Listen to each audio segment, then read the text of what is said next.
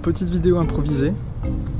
En arrivant vers Vézelay, avec Quentin, on a remarqué qu'il y avait une place qui était assez intéressante et du coup, on s'est dit pourquoi ne pas faire un peu une analyse pour montrer qu'est-ce que ça veut dire avoir un nouveau regard sur le territoire ou par exemple sur un lieu, ici une place. Le paysagiste a choisi de travailler la pente en créant avec les dalles derrière moi les courbes de niveau pour la mettre en valeur en fait cette pente.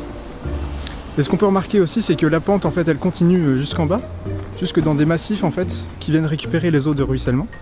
Ce que l'on a remarqué aussi avec Quentin, c'est que par le choix du revêtement, le paysagiste arrive à différencier les différentes fonctions de l'espace. Ici, on voit que par la présence des différents revêtements, il sépare les différents usages qui sont ceux de la place, du trottoir, du caniveau et de la voirie. Donc Gaël vient d'évoquer le ruissellement des eaux. Alors ce qui est intéressant sur cette place, c'est de voir comment le paysagiste a géré les eaux pluviales. C'est vraiment un grand thème du paysage, les eaux pluviales. Donc là, on est en pente et il a placé tout en bas tous des massifs comme ça, qui vont accueillir l'eau, du moins les massifs vont ralentir l'eau en cas de forte pluie.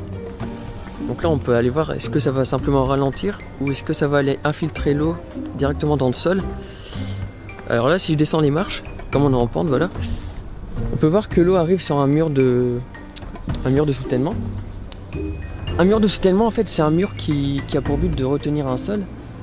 Là il retient la terre végétale, c'est-à-dire la terre du massif dans lesquels les plantes poussent.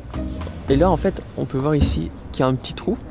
C'est simplement pour laisser passer l'eau, car en fait si on laisse l'eau dans le massif, le but c'est pas de faire un bain de boue, hein. C'est vraiment de l'évacuer. Et je pense que c'est pas drainant en dessous, donc l'eau ne va pas s'évacuer sous la terre, dans le sol directement, dans la nappe phréatique. L'eau va s'évacuer ici. Et en fait c'est très important ça parce que l'eau prend du volume quand elle gèle. Et donc en hiver s'il y a beaucoup d'eau et du gel, ça peut abîmer le mur si l'eau elle gonfle dans la terre. Donc voilà, donc ça c'est un mur de soutènement. Il donne l'illusion d'être un mur en pierre sèche, mais c'en est pas un. Les joints sont vraiment très rentrants, il y a un tout petit peu de mortier. Et l'intérêt donc de ne pas mettre des joints saillants, c'est que du coup ça met en valeur les pierres puisqu'il y a un contraste de lumière et d'ombre. J'espère que c'était intéressant, donc j'espère qu'on a bien réussi à vous montrer ce que pouvait donner un nouveau regard sur un espace et comment il se faisait.